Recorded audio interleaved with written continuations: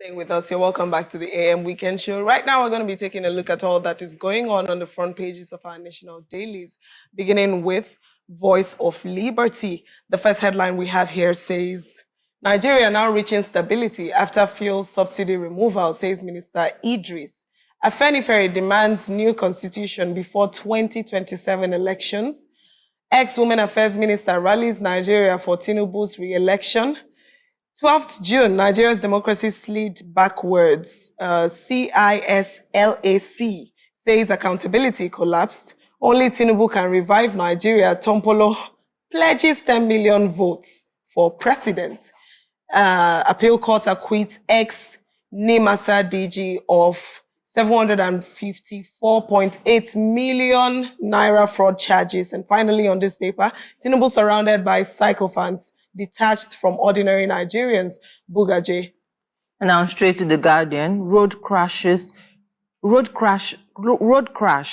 rise amid highway corruption, obsolete equipment. You can find more of this on page 8 and 9. We have on this paper, Olu of Warri's wife urges Nigeria to adopt Finland's education model.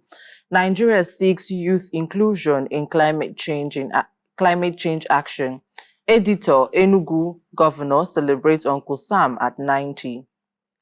First batch of 423 Oshun pilgrims to arrive Nigeria on Saturday. And also on this paper, we have when clash between Neotor and Federal Palace Hotel claimed Ahmed Bello's side. And lastly, on this paper, misreaction trail NUC's directives on accreditation. On this paper. All right, moving on to Punch. The boldest headline says June 12, MKO Abiola's family demands 445 billion naira contract debt details. The writer says family may file claims for money, says presidency. Outrage as Rivers Realtor strips girl celebrating birthday naked. How suspects removed tooth, smashed bottle on our heads. This is credited to the victim. And also on this paper, Ojude Oba, the King's courtyard, catches global attention amid backlash. Finally on this paper, unlikely unions. Nigerian men turn to old white brides for love and luxury. That's what we have on this paper. And from First News, we have Nnamdi Kanu'S radio broadcast incited violence, crippled Southeast economy. This is by DSS. Nas will rubber stamp what's good for Nigerians. Senate replies critics. Also on this paper, war erupts. Iran bombards Israel. EFCC arraigns Sun Trust Bank executives for alleged $12 million fraud. And on this paper, we also have, we will mobilize 10 million votes for Tinubu in 2027. This is by Tombolo. Power surge. Tinubu adds 2,000 megawatts to Nigeria's grid in 2 years. We got civilian rule, not real democracy. This is by Fayemi. Keyamu, others probe into Oshomole's Air Peace Airport dispute. And lastly on this paper, critics don't have good taste. Wike defends 39 billion naira ICC renovation. Moving on to the Saturday Times, boldest headline says, Plateau horror, 9-month-old, 3 others dead in attack. You find that on page 2. Abiola's struggle lives on, says Shetima. Tinubu reforms Ribadu grip win Northeast for APC. Everything is crumbling, Kate Henshaw laments Nigeria's state. Grief inspired my song, says Keys Daniel. Court admits Radio Biafra transmitter allegedly smuggled into Nigeria by Kanu.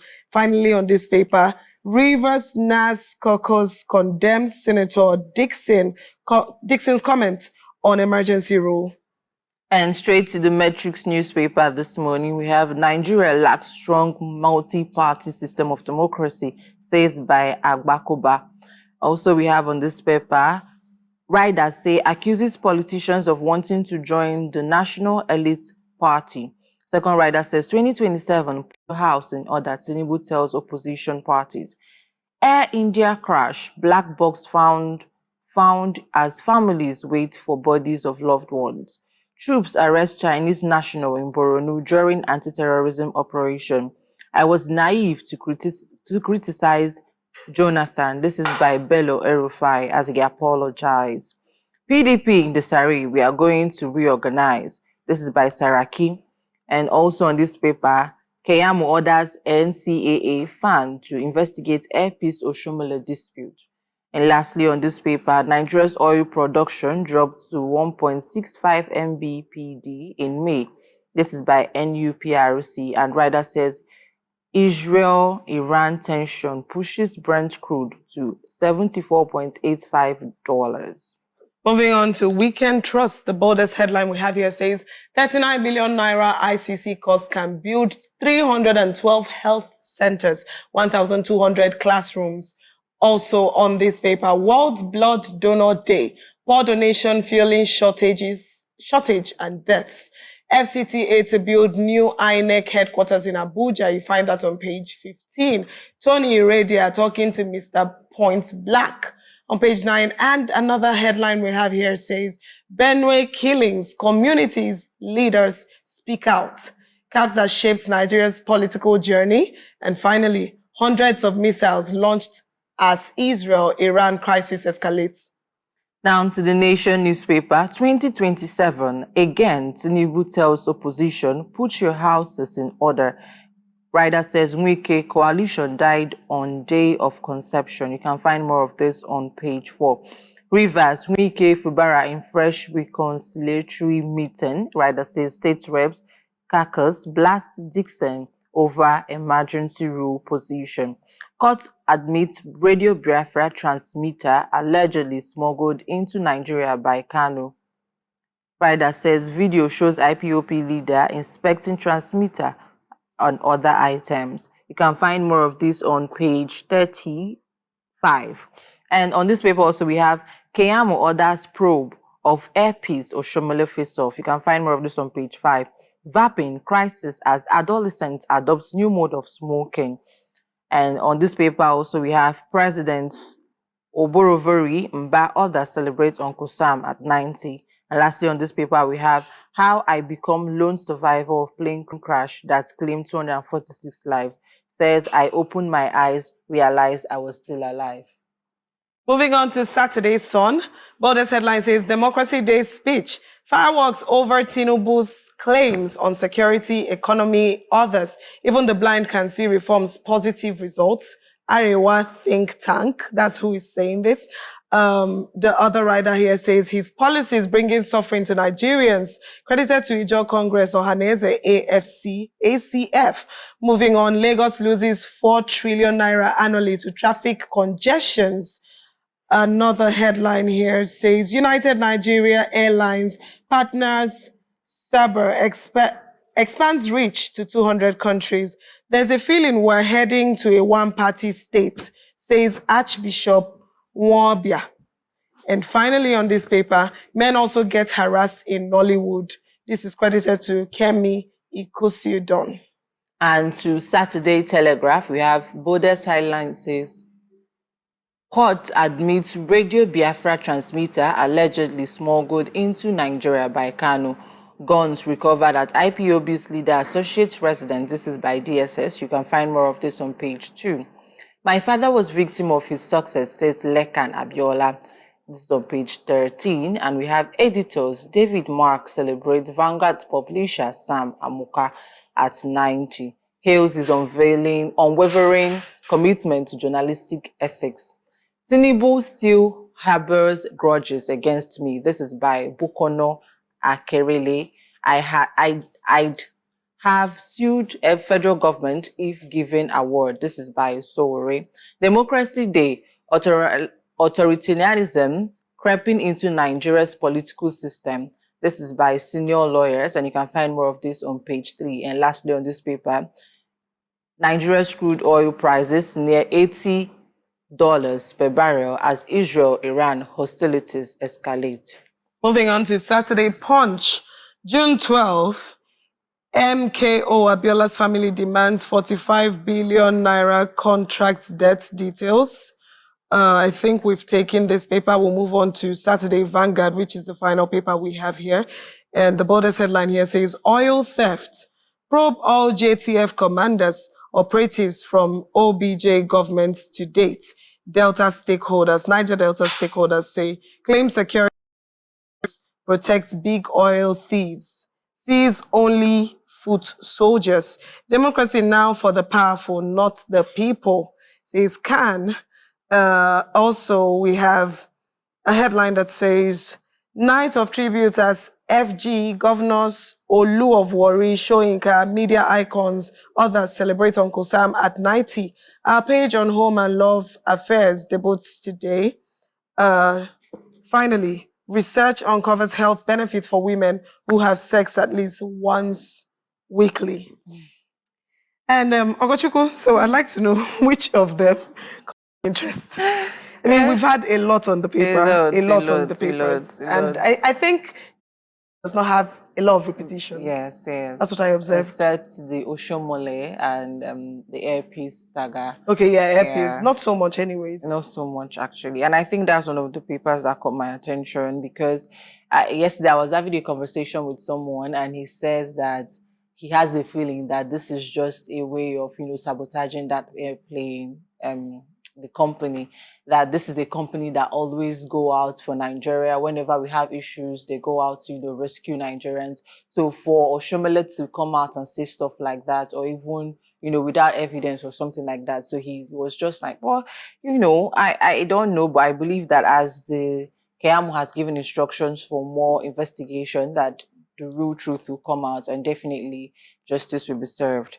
And also, I think I like this new idea of celebrating people, giving them their flowers when they're still alive. We've had situations where this Sam at 90, I like the other day within the week, what's his name? If you can remember that man called Alias 430, his nickname Zebrudaya, growing up. Yes. We watched him. It was more like the face of Emzo that time, Emzo Paracetamol. So I like the idea of celebrating young and our people before they, leave and not be with us anymore. So it's very important that we continue to celebrate them, give them their flowers when they are still alive. Aside that, straight to other political stories where we are seeing in 2027, this one is from Nation, 2027, again, Tinubu tells opposition, put your houses in order. I don't understand. And I also saw another one that said that we're going to rally how many thousand votes for Tinubu. I was coming to that. I was also waiting for it to land so that we can address the elephant in the room. I just wanted to start from the small ones before we get to that. It says, we'll rally 10 million votes for you. Please, how do we really now do this voting thing? Because when I see these things, and what surprised me the most is these things are no longer talks in secrets. It's no longer existing. It's making it to the headlines. We're going to make sure we give you 10 million votes. Please, we now that are the voters, I'm feeling stupid. Honestly, I'm feeling like, okay. So, is it my vote you are going to give him? So, without you your need to understand me. Yeah, I understand. How are you assuring somebody 10 million votes? Did 10 million people give you assurance? I'm not saying, no, I'm not going to say this one is, no, I'm not accusing you of anything. Yeah.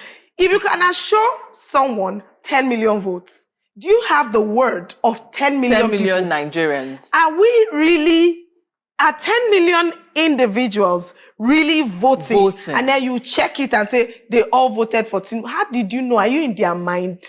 Oh, what conversations These are the questions going through my... Because me and you now, we're not going to vote. Where we stand. Meanwhile, somebody has already promised whose vote going to use. Let's stop this thing. Yesterday I was on news today and I was having my conversation was just like kind of follow-up of Democracy Day. Nigerian youths are in the democracy of today. And I was talking to Mr. Emmanuel Chime. I told him, he said something about we not being so strong, we are not persistent. But I told him, we are persistent to a large extent. I mean, we've had protests. We've come out en masse to vote. And it feels like these people are blocking us. So when you try to do what you have to do, you exercise your rights as a Nigerian, and you see that your rights end somewhere. You cannot exercise this. How are we even going to have the boldness to go exercise the rights when someone has already promised somebody 10 million votes? Do you know what that means? That statement can, if you really dig deep into it, it can imply that whether we vote or we don't not, vote, this person 10 is million coming votes back. has been assured. Short for this has person. already been planned. I don't know how. I don't know. And when we talk about political apathy among the young ones, this is why will I want to be interested in politics when it feels like I'm not needed? My voice don't count. I come out to vote. I did every single thing to vote. That was my very first time voting. That 2023. I carried it on my head. I was on duty. I was still working with MCR then. I had to go out to vote. We saw a lot of things here in Afia TV. We covered it inside the Southeast. We covered everywhere. And we saw how everything turned out. And someone came out one day and said, in the middle of the night, called a winner, and before you know, you were sent to go to the court. You understand? So things like this are so annoying, where you see that your voice does not matter to these people. It's no longer a democracy for the people, by the people, and for the people. It's now for a particular elite. It's now for a few we saw people. the headline. It says democracy is no longer for everybody. It's no longer for everybody. It is now for the rich. And I must say that it's not just for the rich, because there are some rich people suffering it. So it's now for a particular set of people. They do it, and the result of what they do is what you take, whether you like it or not. It is so terrible. And the fact that these things are making it to our papers, it just means that we can no longer hide anything. We can no longer sugarcoat anything. We can no longer say it's not what it seems, because it's clear. Everything is clear. Please, Nigeria. Help us. See, in fact, just Nigeria, I don't have anything to tell you guys at this point, but it's really sad that every time we open the papers, these are the kind of news that we see. But moving on from that, we need to move on from that. And up next on the AM Weekend Show is our first conversation. We are going to be looking at work culture in the southeastern part of Nigeria. Don't go anywhere. We'll be right back.